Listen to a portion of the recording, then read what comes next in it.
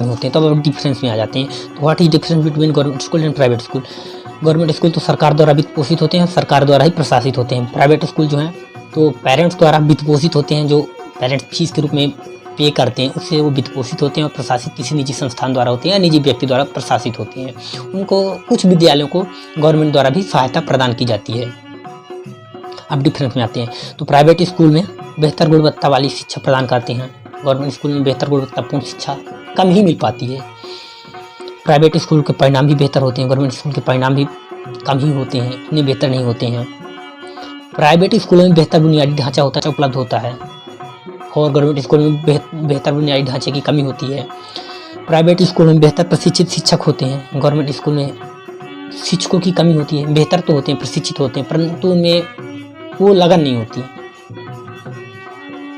Private school के जो शिक्षक होते हैं वो अपना तन और मन लगाकर बच्चों को पढ़ाने में तन और मन लगा देते हैं। प्राइवेट स्कूल के बच्चे इसलिए ज़्यादा बेहतर परिणाम ला पाते हैं। गवर्नमेंट स्कूल के शिक्षक तो सुबह होती है, शाम होती है, ज़िंदगी में तमाम होती है, ऐसा वाला काम होता है। विद्यालय पहुँचे, पढ़ाया तो पढ़ाया, आ गए घर। परंतु प्राइवेट स्कूल के बच्चों, मेरा छोटा भाई प्राइवेट स्कूल में टीचर है, वो पढ़ाने का काम बहुत अच्छा करता है। उसको 2-3 पीरियड दे दिए गए तो मैनेज नहीं कर पाता। तो एक दिन मेरे से डिस्कस कर रहा था तो बताया कि भैया हम लोग को प्राइवेट स्कूल में बच्चों को पढ़ाना होता है, पढ़ने के बाद उनकी कॉपी चेक करनी पड़ती है और उनको गवर्नमेंट स्कूल में भी डायरी मिलती है शिक्षकों पर, वो मेंटेन नहीं करते। प्राइवेट स्कूल में पूरा डायरी मेंटेन करना पड़ता है, जो पढ़ाया वो लिखना पड़ता है, कॉपी चेक की जिस डेट को कॉपी चेक की लिखना पड़ता है, क्वेश्चन पेपर बनाया वो भेजना पड़ता है। उसके बाद स्कूल प्रचार जो होते हैं, प्रचार बच्चों की भी कॉपी चेक करते हैं और साथ में सभी टीचरों की डायरी भी चेक करते हैं। और डायरी और कॉपी में कुछ अगर डिफरेंस आता है तो फिर उनको समझाया भी जाता है और वार्निंग भी दी जाती है। और जो शिक्षक अच्छा प्रदर्शन नहीं करती उनको बोल दिया जाता है कि अगर आपको अच्छे से काम नहीं करना तो आप जा सकते हैं, आपके बिना विद्यालय रुका नहीं है। और गवर्नमेंट स्कूलों में मैं देखा, गवर्नमेंट स्कूलों में उतना स्ट्रिक्ट प्रशासन नहीं होता।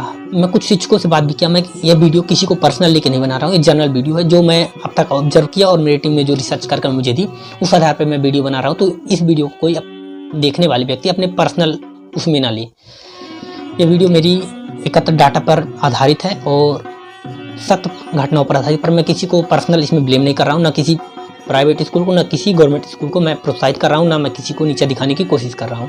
मेरे को जो डाटा मिले, जो अब तक 2020 से 23 के बीच में मैंने ऑब्जर्व किया, उस पर आधारित मेरी वीडियो है। मैं कुछ गवर्नमेंट स्कूलों में गया, वहाँ के शिक्षकों को मैं समझाने की, उनसे उम्र में तो छोटा हूँ, समझाने की तो वो है नहीं, पर सुझाव तो दे सकता हूँ। मैंने उन्हें सुझाव दिया कि सर आपके विद्यालय में मैंने रिसर्च की, मेरी टीम ने रिसर्च की, इस आधार पर इस तरह का डाटा हमें प्राप्त हुआ, जैसे कि 6 से 8 तक के बच्चे पुस्तक पढ़ने में भी असमर्थ हैं। अगर ये पुस्तक पढ़ने में असमर्थ है तो फर्स्ट क्लास से भी लोअर हैं ये।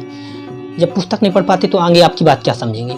मैंने उन्हें सुझाव दिया कि सर आप इनकी अलग क्लास लगवाएं, अलग क्लास लगवाने के बाद इन्हें फर्स्ट क्लास लेवल की शिक्षा दी जाए। जैसे किताब पढ़ने में असमर्थ है तो किताब पढ़ने में असमर्थ है, अर्थात ये अक्षर नहीं पहचानते तो इनको पहले बारहकड़ी इत्यादि पढ़ाकर उसके बाद फिर इनको पुस्तक पढ़ने में समर्थ बनाया जाए। जब ये पुस्तक पढ़ना सीख जाएंगे तब तो ये आपके द्वारा समझाई गई चीज़ें समझेंगे। जैसे अब आप प्रकाश संश्लेषण पढ़ा रहे हैं, प्रकाश संश्लेषण आपने डिफिनेशन पढ़ा दी, इक्वेशन पढ़ा दी, परंतु जब वो अक्षर ही नहीं पहचान पा रहे, बुक ही नहीं पढ़ पा रहे, तो आपके द्वारा बताई गई डिफिनेशन कैसे पढ़ेंगे, कैसे समझेंगे, कैसे एग्जाम में लिखेंगे। तो आपको क्या करना चाहिए, मैं आपको समझा नहीं रहा हूँ, सुझाव दे रहा हूँ, ये मेरे पर्सनल सुझाव हैं, अगर आपको अच्छे लगते तो इम्प्लीमेंट कीजिए। ये मेरी बात डायरेक्ट प्रचार से हुई थी और प्रचार को मैंने सुझाव दिए थे। मैं उन प्रचार का नाम डिस्क्लोज नहीं करना चाहता हूँ और उनकी पर्सनल वो स्कूल के प्रचार है, अपने अनुसार ही विद्यालय को चलाएंगे, परंतु अच्छे सुझाव लोगों को लेना चाहिए। मेरे पिताजी हमेशा कहते हैं सार सार को गहिए थोथा दे उड़ाए, और सार मतलब अच्छी बातें, अच्छी बात जहाँ से भी आपको मिले उसको ग्रहण कर लेना चाहिए। कोई आपसे छोटा भी है, छोटे से ज्ञान लेने में आप नीचे नहीं हो जाते, आपका ज्ञान का स्तर बढ़ता ही है। तो मैंने उनको सुझाव दिया कि सर आप 6 से 8 के बच्चे जो पुस्तक पढ़ने में असमर्थ हैं, लगभग 1 महीने की मेहनत के बाद ये बच्चे पढ़ने में सक्षम हो जाएंगे, तो आप इनकी अलग क्लास लगवाएं और इनको पुस्तक पढ़ने में पहले सक्षम बनाएं, उसके बाद फिर आप इनको सिलेबस करवाएं। अगर आप सिलेबस कंप्लीट भी करवा देते हैं, जब ये बुक पढ़ नहीं पाते तो सिलेबस समझ ही ना पाएंगे, आपके द्वारा सिलेबस फॉर्मेलिटी में पूरा करवा दिया जाएगा और बच्चे उसी तरह कमज़ोर रहेंगे। इसी कारण फिर ये 8वीं तक तो पास हो जाएंगे और फिर 9वीं क्लास में जाकर ये फेल होंगे, क्योंकि 9वीं क्लास की कॉपी भी बाहर जाती हैं और 9वीं क्लास में जब बच्चा कॉपी में लिखेगा तभी पास होगा। कॉपी में तब लिखेगा जब वो पढ़ा होगा, जब वो समझा होगा। और उनसे जब पुस्तक पढ़ते ही नहीं बनता, 9वीं क्लास में जाने के बाद पहली बार वो पुस्तक पढ़ना शुरू करेंगे। जब वो पढ़ेंगे तो याद कहाँ से कर पाएंगे, ना पढ़ पाएंगे ना याद कर पाएंगे। तो इसलिए मेरा आपसे सुझाव है कि इनको किया जाए। तो प्राचार्य ने जवाब दिया कि बेटा कह के बोले, मेरा बेटा हमारी बात कोई सुनता ही नहीं है। बोला सर आप प्रचार हैं स्कूल के, आप जो चाहेंगे वो। मैं फिर उनको अपने भाई की स्टोरी आपको अभी बताया ना कि प्रचार द्वारा किस प्रकार स्ट्रिक्ट एक्शन लिया जाता है, वो स्टोरी उनको बताया। बोला सर आप प्रचार हैं, आप आप अलग अलग एक टीचर के सर पे बोझ न डालिए ना, प्रत्येक दिन एक टीचर की ड्यूटी लगाएं। 6 से 8 तक के सभी बच्चे जो पुस्तक पढ़ने में असमर्थ है उनको आप अलग छांट लें। उसके बाद प्रत्येक दिन एक टीचर, किसी भी टीचर जैसे एग्जाम्पल के तौर पर मैं अपने को ले लेता हूँ। मेरा नाम दिवाकर, मेरा भाई प्रभाकर और सुधाकर, हम 3 लोग हैं। आप यहाँ टीचर हैं, ठीक। तो आप एक दिन बोले दिवाकर गौतम आज आपकी ड्यूटी है 6 से 8 के बच्चों को आपको ये सिलेबस कंप्लीट करवाना है। जैसे बुक पढ़ने का सिलेबस आपको दीजिए ना कि कहरा कंप्लीट करवाना है, तो दिवाकर गौतम ने कहरा कंप्लीट करवा दिया। दूसरे दिन प्रभाकर की ड्यूटी लगाइए, आप प्रचार हैं, आप जो कहेंगे वो करेगा। और जो भी शिक्षक आपकी बात नहीं मानता है आप सीधे सस्पेंड कीजिए। सस्पेंड करेंगे, जब सस्पेंशन के डर से तो आपकी बात मानेंगे। आप प्रचार हैं, स्कूल की मुखिया हैं, आपके अनुसार ही विद्यालय चलेगा। आप जो चाहेंगे वो करेंगे। और जो व्यक्ति कुछ अलग करता है उसी का तो नाम होता है। जैसे अब मैं आपको एक स्टोरी बताना चाहूँगा। हाल ही में 5 सितंबर को राष्ट्रीय शिक्षा पुरस्कार दिया गया। और राष्ट्रीय शिक्षा पुरस्कार किस लिए दिया गया?